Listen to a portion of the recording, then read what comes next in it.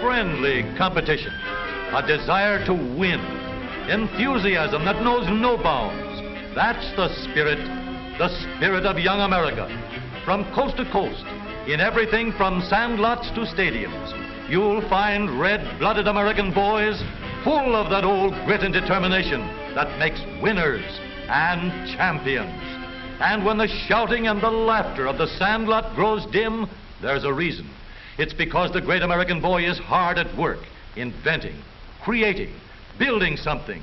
The energy that is forever behind both the competitive sports of youth and the desire to build and create new things is the energy that develops industrious, dependable citizens of tomorrow. Every spring, in thousands of attics, garages, and basements throughout the country, thousands of young Americans set to work building their entries for the All-American Soapbox Derby. The All-American is the greatest amateur sporting event in the world because it combines both the ingenuity and creative spirit of young America with the natural racing and sporting instincts of boys of all ages. Every boy, everywhere, between the ages of 9 and 15 is eligible for this great race. Sponsored jointly by the leading newspapers and America's leading manufacturer of automobiles, local derbies are run in 116 different cities throughout the country. Each of these local champs is already the proud possessor of the M.E. Coyle Trophy. The place? Akron, Ohio. The time? The morning of August 16th. The excitement? The 1936 All-American and International Soapbox Derby Finals.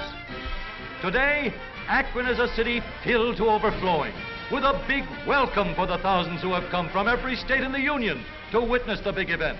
For the racers, first comes registration and entry blanks, then sweaters, shirts, and all the other official regalia.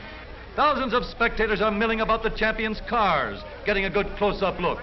Every one of these cars represents many long, hard hours of thought and building. In every one can be seen the inventive and creative ingenuity of our American boys. Each entry gets his car weighed in, and an official sticker shows that the car has been checked by the technical committee and complies with all the rules. The medals and trophy awards and other prizes, too, share the limelight. There are 249 of them in all. And here are 116 All-American boys that have won their local derbies and have come to Akron to compete for the coveted title, All-American Soapbox Derby Champion for 1936. A few of the champions are taking time out for a sightseeing tour of the city, but most of them are going direct to the excited to think of anything but the big race. The thousands of spectators begin to fill the grandstand and line the sides of Soapbox Derby Downs.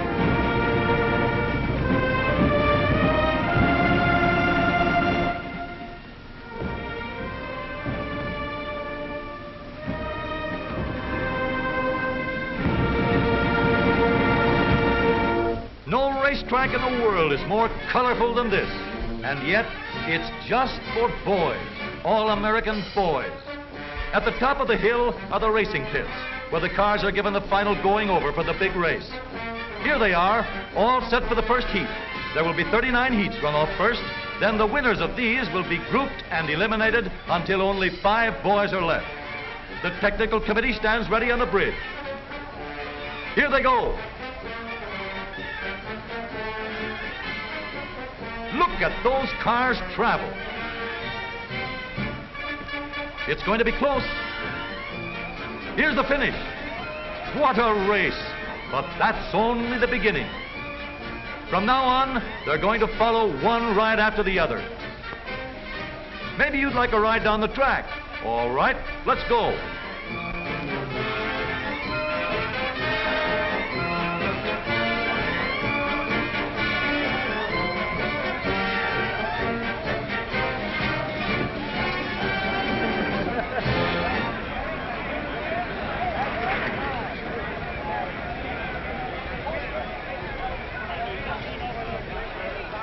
Hey, looks like we got off that one just in time. Guess we'd better stick to the sidelines.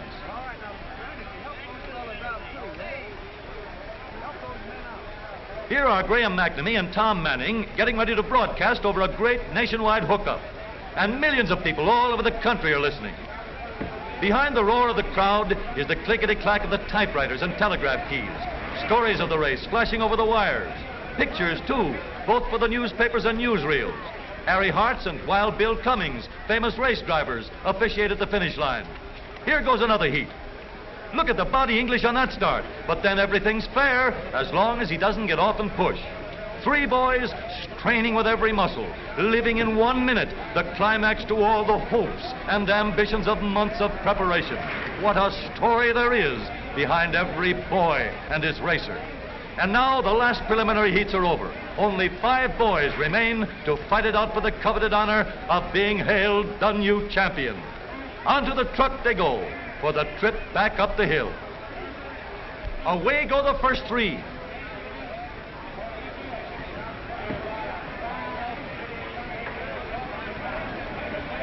Herbert Minch of St. Louis is the winner. And back at the starting point, the other 2 boys get underway. Harold Hansen of White Plains, New York is the other winner. Back at the starting line, Herbert and Harold are ready for the flag. One will be the new All-American Soapbox Derby champion. There they go.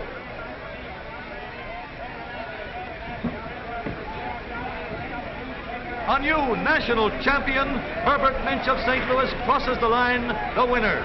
But Herbert can't rest on his laurels as yet. Now both boys go back to the top of the hill and get set for the international race. Racing against the champion from over the ocean, Norman Newman of South Africa.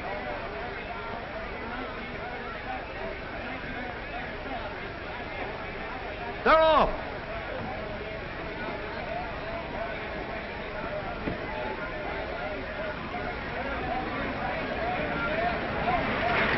Herbert Minch is first, Harold Hansen second, Norman Newman of Pretoria, South Africa third. Mr. M.E. Coyle presents the first place trophy to the international champion while the other boys look on. As a fitting climax to a great day, there comes the big banquet and awarding of prizes. Here, every boy's a winner.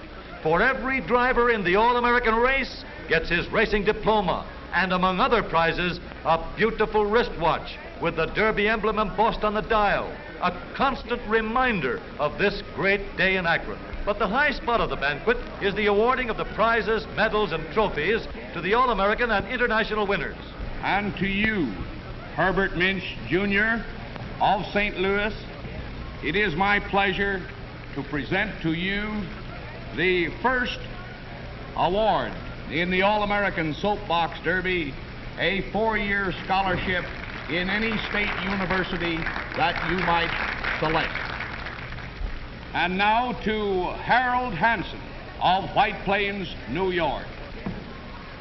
Harold, I have a letter here which entitles you to get your new car as second prize in the All-American Soapbox Derby. Thank you very much.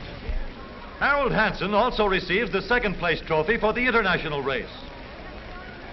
And to you, Robert Richards of Lima, Ohio, as a third award in the All-American Soapbox Derby, I hand you here a letter in which it entitles you to take, or to receive, rather, a standard coach of any color or description. John Tabor of Pittsburgh, Pennsylvania, is awarded the Charles F. Kettering Trophy for the best design car. Norman Newman from Pretoria, South Africa, who traveled over 8,000 miles for just this one race, receives the third place trophy for the international event. But even now, the other boys are working out plans for that 1937 entry. Perhaps a complete change in design, maybe more complete streamlining, or any of many other things a boy's mind can develop. It's a problem, all right, but all American boys, these boys of ours, are just the boys to solve it. The American boy will be hard at work from now until the starting gun is fired in 37. And he'll be in there fighting for all he's worth, fighting with that same old spirit that is building the Americans of tomorrow.